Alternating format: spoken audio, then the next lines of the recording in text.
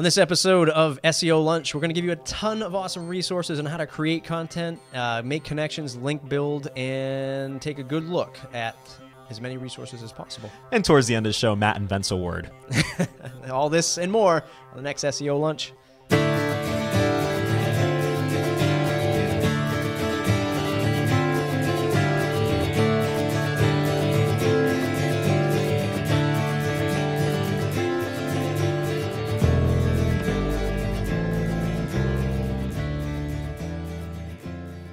Hey everyone, welcome to another episode of SEO Lunch. I'm your host, Matt. And I'm Dan. Dan, always a pleasure to see you. This is the show where we take a 15-minute lunch break, hopefully 15 minutes, and break down the top news from inbound.org that we think are going to help small businesses, newcomer SEOers in the scene, and we break down the top 5, 6, sometimes 10 articles within 15 minutes or less. Absolutely. We want to get you guys seen. We want to get you guys viral. And on that note, the first thing we'll talk about today is why content goes viral. What's the science behind it? A big old list of online marketing blogs.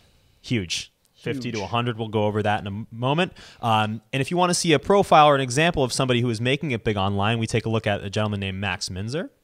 And the ultimate guide to phone-based outreach for link building. I am especially happy about this one. Yeah, we'll talk about that. And we want to talk about how you can blog successfully about anything and everything. What do you like to do? We'll tell you how to blog about it. And Dan, crap. The content marketing deluge. There's just so much of it now. How do you weed through all the crap?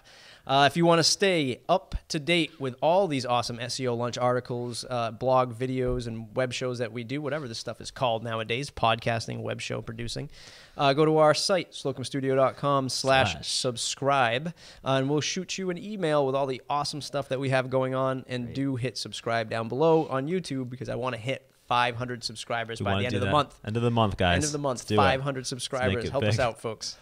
And just a quick side note, all this stuff is provided to you from inbound.org, a repository or a collection of the weekly news in SEO and search engine optimization. They're not a sponsor yet, but that'd be great someday. That'd be cool, right? So let's start it off. Let's talk about how are you going to get yourself seen as a small business? How are you going to make that one video? How are you going to do your Gangnam Style? Exactly. So, you're in luck because Carson Ward has posted a blog post on SEO Moz about how to do that and scientifically goes through what kind of things stick in people's minds. And I think when we're looking at this, the ones that are sort of the most poignant are things like being very funny and in general just tying to emotion. So obviously humor and things as a sort of emotion. We also have just creating a blog that people can get emotionally in touch with. So not something really boring, not something really dry. Put it around something that people want to hear about, that might be interesting to them to hear, something they haven't seen before. And also, just play with people's emotions. Number one emotion to play with was getting angry, which I thought was fairly interesting. Any press is good press, I guess. Yeah, I guess, right. There's nothing more that I hate, or there's nothing that I hate more than viral how to go viral pieces of content, right? I don't think there's no such thing as a blueprint on how to go viral. So when I saw you cue this up, I was like, oh boy, here we go. Another how to go viral piece of content. I like this article for the fact that it breaks down some of the science or numbers, statistics of what these other viral articles used. Right. It's not necessarily these pipe dream articles that you read like, oh, grab your whole team and dance around the company and get customers to throw you high fives, and that'll naturally make yourself and your piece of content go viral, or do an infographic and you'll go viral.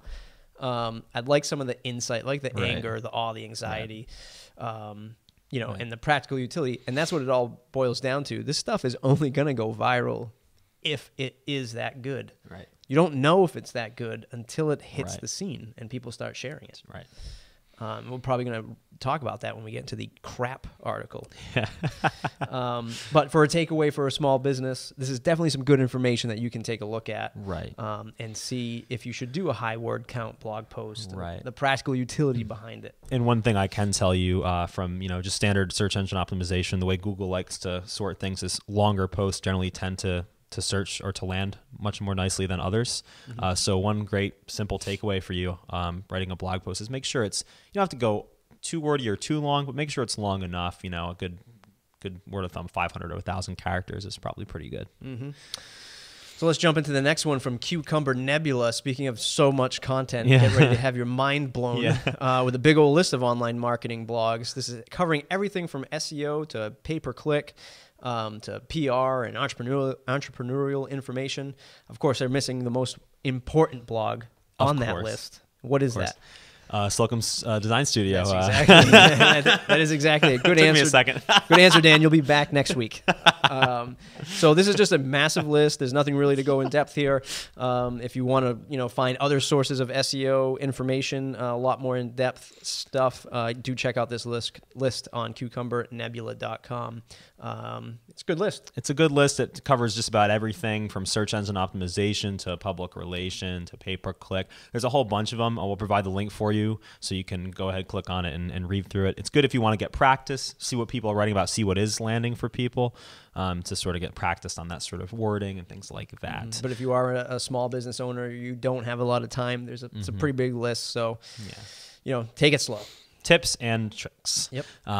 As far as somebody who took it slow and kind of made it work for himself, we also looked at Max Minzer. The article is called Positive Outing, Max Minzer. It was posted on Distilled by Rob Toledo. And what it basically does is it kind of breaks down the story of this gentleman from Seattle who actually, made it work for himself. He's an SEOer over there. And just by, getting involved in his community, talking, going to events, shaking hands with everybody he met, he was able to sort of get this big following and sort of make his business work. And I think that's super crucial. It's something we do on a daily basis, is getting in contact with others and making sure that we provide, something useful for other people. Right. And he's kind of giving his point of view on being an SEOer, a search engine optimizer, for the small businesses that don't know.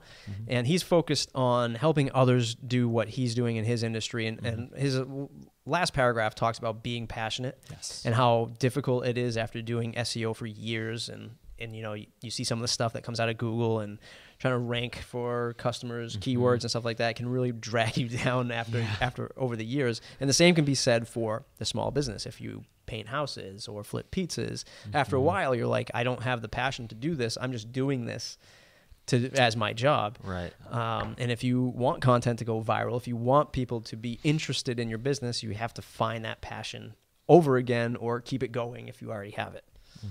And that's an important thing to take away for your web marketing. Absolutely. One of my favorite articles so far through this whole series, and it might have just been the headline, which is the ultimate guide to phone-based outreach for link building. I think this is super important because what folks forget is that link building isn't just about this formula, this computer AI-driven thing where I need to make a link on this, job board or this directory of other business information. There are other ways to do it, and one of the most popular ways now is getting in front of a human, asking them for that link. Growing up in the car business, cold calls was it. Yeah. It still is. Yeah. I mean, I've done my share of cold calls as well.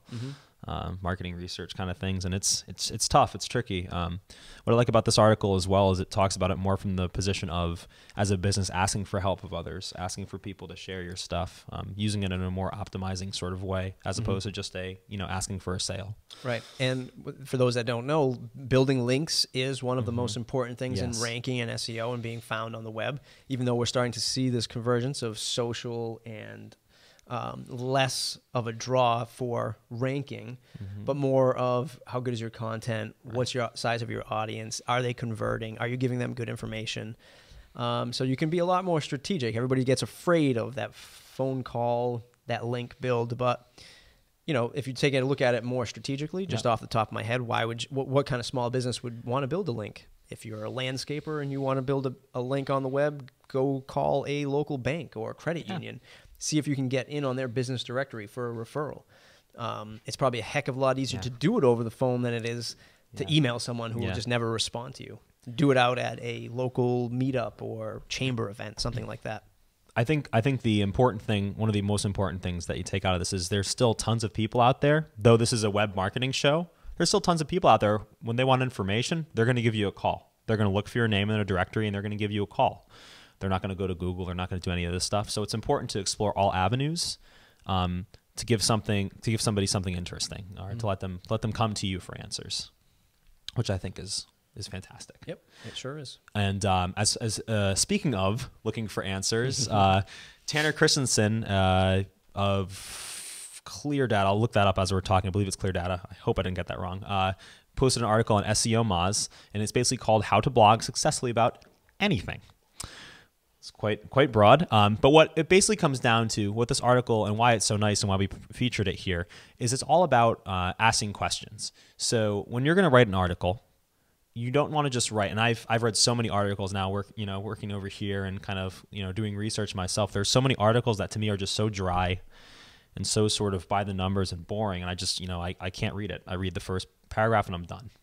And it's all the same thing over and over again. And I think the most important thing you can do is give somebody something new, give them a fresh slice of pizza, So I think what's really cool about this article is it tells you to start from the drawing board, and even for yourself, ask yourself a question about something. Why does this work? And then go out and research it, because chances are good that somebody else is going to have that same question that you had. Yeah. And small business, afraid of blogging, don't have the time to blog. No one wants to listen to what I have to say. Depending on what market you're, if you're a real estate agent, there are tons of things that people want to hear you say. What is an FHA loan? What is all this stuff going on with restructuring? Bad deals from Bank of America. Help the audience learn that stuff, because you got to remember, just like us, your audience doesn't know everything that you know. Right. They don't. A tiny fraction of that. And if you have the passion to do it, you take some of those good ideas and those good pieces of content that put them to a blog, a how-to blog, the 10 steps to recovery, whatever. Yeah. And get it out there. And you're only going to, and this article is great because it talks about asking questions and getting feedback. It's super important to ask questions and get feedback. You're not always going to get it, so it's a little discouraging in the beginning. Yeah. But as time goes on, much like us, people are starting, hey, can you review this? Or can you take a look at this article? For our WordPress show, can you look at this plugin? That kind of thing. It's a tunnel that leads to other avenues to keep yourself kind of on the forefront of people's minds, which is really important as we get to this environment where we're just going through more and more crap. And that's what we don't want you to do. Yeah. We don't want you to make crap. And in this slideshow by Velocity Partners, 50 slides, pretty entertaining to go through. Definitely bringing out some of the key points. And one of the key points that I like that they talk about is how SEO companies, people who do SEO, are becoming more of a content creation company. Now, I can only imagine what's going to happen in 6 months to a year, because I think what will happen is, like the typical thing, we're going to kind of revert back to doing things much more under a formula, much more strategically. It'll be something about, some new page ranking thing or number count from Google+. But right now it's all about creating content. Yeah. And if you are a small business looking to get SEO help or starting to look into SEO, start with looking at how to create good content, because that's going to drive eyeballs and traffic and conversions later on. Yep. If you're interviewing somebody that says, I'm going to bring you more business, are they good at creating content? Do they have the resources to build content? Video, blogs, ebooks, whatever, apps. And it's about more than just doing it because that's what we told you to do. My favorite slide on here, and I just pulled it back up. If you're following along and looking at this slideshow, by the way, the Velocity Partners is the name of the people who came up with this slideshow. It's on SlideShare. We'll have the link below. And Doug Kessler was the gentleman from Velocity Partners. But the one slide I really liked was slide 27. And the reason I liked it so much is it says great content brands. And I think it's a great sort of like wrap up. You want to create, content. You want to be kind of interesting in what your content is, video content, word content, whatever it may be. You want it to be good. You want it to be exceptional content, so people are actually going to want to stay and read it. You may want to hire somebody to do it for you, or to do some optimization for you as well. But the most important thing for me was the brand. Because I think that's sort of like, it's all about how to create the content, but never about, you want to promote your brand. You want people to know who you are, If somebody sees something, oh, those guys, oh, well, my friends over at that company made this. I think it's really important that you emphasize that when you're creating your stuff. A lot of people being in the design business, we see a lot of folks who don't pay or don't invest a lot into their brand. They don't think a logo's worth anything. They don't think having, similar business cards and stationery to their website or signage on their vehicles for their business. They don't think it has any weight. It truly does because you build that brand. We look at customers and we want to say, where are you going to be in 5-10 years? How successful are you going to be? A lot of folks are just like, I'm getting a loan to start a landscaping company. I just need to break even, and have my write-offs. And they're not looking at it from this scalable approach. Whereas branding, you're looking at it from the scale. How are people going to, digest my company in a few years? Yeah, and it's really cool. One quick little thing I remember from a few months back, it was a cool psychological thing to sort of bring this home, is I was presented with 3 colors. I believe it was green, yellow. I don't even remember, but it was green, yellow, and white, I believe. And the first thing that came to my head was Subway. Yep. And I clicked on this picture, and sure enough, it was Subway. That was what they wanted you to glean from it. And it's become such a thing, back there somewhere in my brain. I wish I knew more of the neuroscience behind it. Because at some point you're going to see something going by that's green, yellow, and white, and be like, oh, you know what? I'm hungry. For some Subway. Yeah, I could go for some Subway. Obviously, or potentially, it won't be to that extreme, but the same policy applies. The same sort of thing applies. If your brand is, out there, and you have like a very visual representation of yourself, and you have a lot of stuff out there that people find interesting, they're going to come back to you for more. Awesome. Just over the 15-minute mark. We hope we didn't eat up your entire lunch break, no pun intended. But we want you to raise your hands. If you're a small business out there watching this and you're learning your web marketing stuff, do let us know in the comments. We'd like to gear our content by asking you these questions and make sure that we're helping you out with this stuff. If you're an SEOer just starting out, raise your hand. If you're an advanced SEOer and you think this is all crazy talk, don't leave a comment. No, I'm just kidding. Leave a comment. What we're trying to do here is break down some of this higher level stuff and give it to the small business guy or gal or somebody who's just starting off so that they can understand it. We're not going to go too in-depth with SEO strategies and analytics and formulatic stuff. That's not even a word. I just kind of made that up as formulaic. Close enough. But we want to break it down, make it a lot easier and digestible for folks on the SEO Lunch show. Where can people find us if they want to continue watching the show? Well, I'm glad you asked, Matt. They can find us on slocumstudio.com/blog, where they can subscribe to us at slocumstudio.com/subscribe. And of course, if you're watching us on the YouTube, we have our studio, Slocum Studio. You can subscribe there as well. And hit subscribe on YouTube because I want to see 500 subscriptions by the end of January. I want to start this year off strong. So share it with your friends, family members, colleagues. We want to kick the show into 7th gear. You got it. All right, guys. Thanks a lot. Thanks a lot.